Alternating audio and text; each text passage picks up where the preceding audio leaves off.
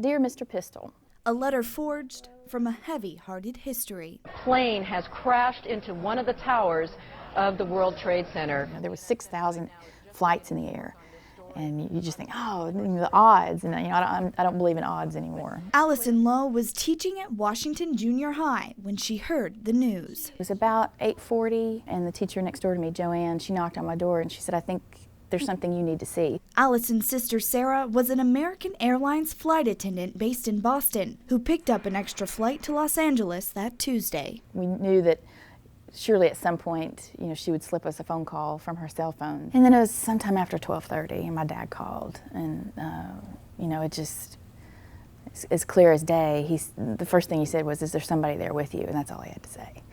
Sarah's American Airlines Flight 11 hit the North Twin Tower in New York City at 8:46 a.m. The 5 terrorists had box cutters and proceeded to kill at least 3 on board before the crash, a devastating tragedy prompting this letter, a petition against allowing any knives back on board.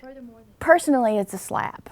It's a slap at the memory of everybody, not just Sarah, and not even just the crew members, but all of them. And Allison has heard both sides from TSA Administrator John Pistol. One of his biggest arguments is this will make the security process go faster. Now they'll have an issue of having to measure the blades and having to argue with the passengers as to whether or not it's accepted, which will slow down the process. For Allison, this isn't about living in the past, but making sure the past is not repeated. I can't imagine what anybody who was lost that day would say if they knew that this was happening.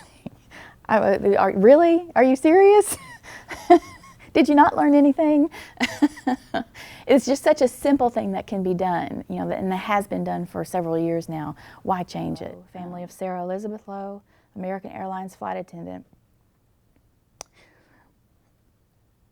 Flight 11, September 11th, 2001. I don't know why I lost it there at the end.